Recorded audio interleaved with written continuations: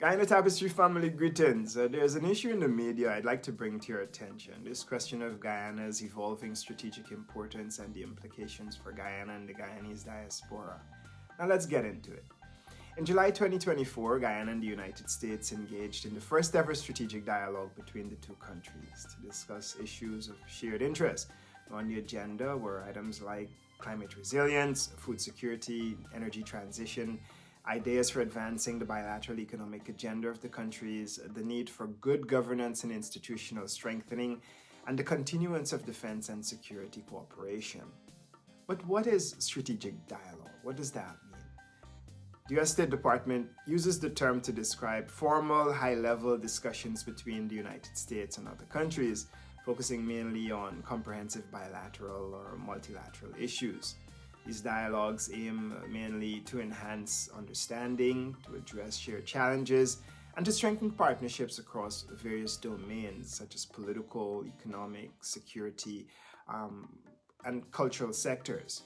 Mr. Robert Prasad, Guyana's Foreign Secretary within the Ministry of Foreign Affairs and International Cooperation, led Guyana's delegation during the Guyana-US Strategic Dialogue and chatted briefly with Guyana Tapestry, putting in context for us what this means for the Guyana-US relationship.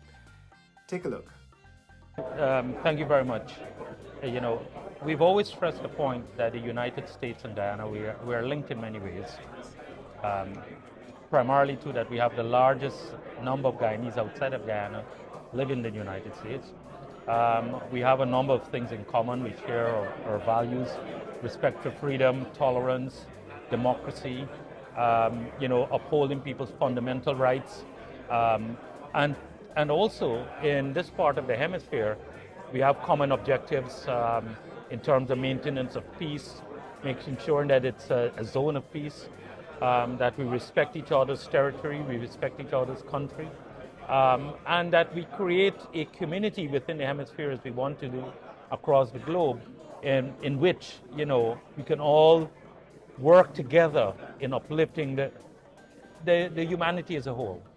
And so it is not strange that Guyana and US would look at deepening our political ties or economic ties. And the framework to do that is what we call a strategic dialogue, whereby we'll be able to focus on those key areas that we want to work short, medium, and long term. And we've started that process with the United States, the first ever.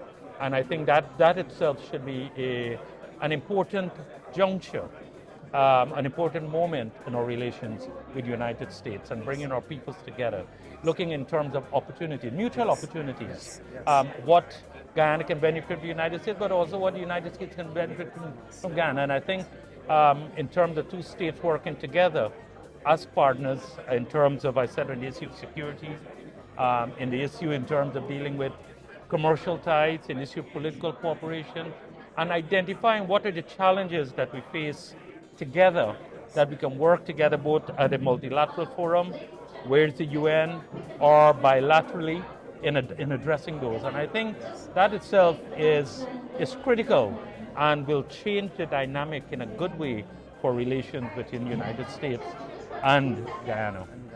We are definitely moving up in life when we're having serious bilateral dialogue with the United States. And so if you're like me, with an inquiring mind as a Guyanese, naturally you're saying to yourself, all of a sudden America want to talk important things with Guyana. Now, especially after being told for many years that Guyana is not of strategic importance to the United States, you would imagine my surprise when I saw Guyana-US strategic dialogue. Now, a country's strategic importance is determined by a couple factors: its geographic location, its natural resource endowment, its political influence, its economic power, its military capabilities, its access to critical infrastructure, even its population size. These factors all help to a country to influence global and regional events.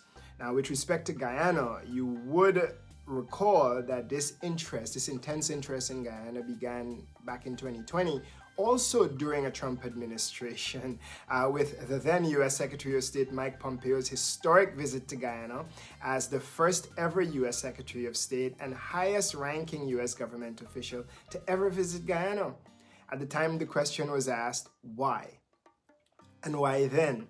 You may also recall Pompeo's interference into the outcome of the 2020 presidential election in Guyana. The Washington Post at the time here in the US ran a story that claimed former US Secretary of State Mike Pompeo visited Guyana to shore up support for the Trump administration's efforts to oust Venezuela's President Nicolas Maduro and to build up ties with the booming oil producer Guyana. During Pompeo's visit, him and Guyana's President Ear Finale signed agreements to strengthen U.S. investment and cooperation in energy and infrastructure. The visit at the time was also dubbed as highlighting Guyana's increasing strategic importance because of Guyana's shared border with Venezuela and that it was now producing all this oil. And it made an attractive ally for expanding U.S. political and economic influence in the region. And that excerpt was taken from that Washington Post article in 2020. Now fast forward to 2023, and it's a completely different U.S. administration. The Biden administration. In March 2023, Fox News reported that U.S. congressional leaders led by House Ways and Means Committee Chairman Jason Smith met with officials in Guyana to bolster U.S. relations while trying to keep China at bay. At the time, Smith underlined the need for broader U.S. participation in Guyana's oil and gas sector and outcompeting China in that arena to secure U.S. position in Guyana's energy boom because of the benefits it accrues to U.S. workers while benefiting the Guyanese people and their economy. During that visit, President Ali assured the United States that Guyana is ready to guarantee America's energy security. And then the succeeding Biden-appointed Secretary of State Antony Blinken built on Trump-era policies, advancing the bilateral relationship between Guyana and the United States to the strategic dialogue in July 2024. Then in September 2024, Blinken himself visited Guyana. Now, United States is Guyana's largest trading partner with accumulated trade of some $3.9 billion US dollars annually. The United States is Guyana's #1 export destination with exports amounting to some $2.7 billion. And Guyana imported some $1.2 billion US dollars goods and services. And perhaps the most consequential of the justifications, as you heard the Foreign Secretary say, the US is home to the largest group of Guyanese outside of Guyana. He also had some insights about what this strategic dialogue means for the diaspora community. Here is Mr. Robert Prasad. Take a listen. I think the recognition of Guyana as a key partner means a recognition of every single Guyanese living in the United States. The Guyanese community here should see this as an opportunity for them to, one, to look at ways in which they can contribute to what's taking place in Guyana, but also to see what it is they can do even in their communities in the United States in a much more prominent way, in a much more representative way. I think it will give greater identity and respect for the Guyanese community here. And I think we ourselves have to, and when I say we, persons living in the diaspora, must also reciprocate in terms of looking what they can contribute to that respect. And in many regards, ensuring that we contribute to the values that we share with the United States, the economic opportunities, respect for law, and as it were, to give our country and give the community now that the United States is showing greater respect for, that sense of worth, of that greater sense of importance. And I think, we can no longer think ourselves as just another member of part of the family in the United States, but rather as an important, as a recognized member, not being, as it were, that step citizen, but rather, Guyanese, how we can wave that flag, talk about our identity, because the United States government, the people of the United States recognize that there are many things that bring us together, and we ourselves have to demonstrate and act in that way too. Wonderful. Thank you so very much, All right, Mr. Prasad. Since that all-important conversation between Guyana and the United States last year, several variables have changed. the most notable of which is the new administration in office in the United States.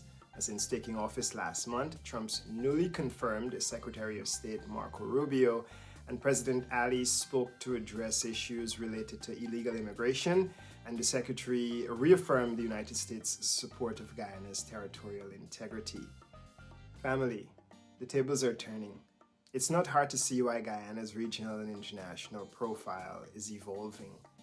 What's critical, though, is that Guyana and Guyanese understand what's at stake and align ourselves to be the key players and beneficiaries of this emerging Guyana. If not, we're going to lose carn or husk, cat can eat to eat dinner. Family, this is Guyana Tapestry. I am Pelham Van Kooten, and we're telling Guyana's immigration story.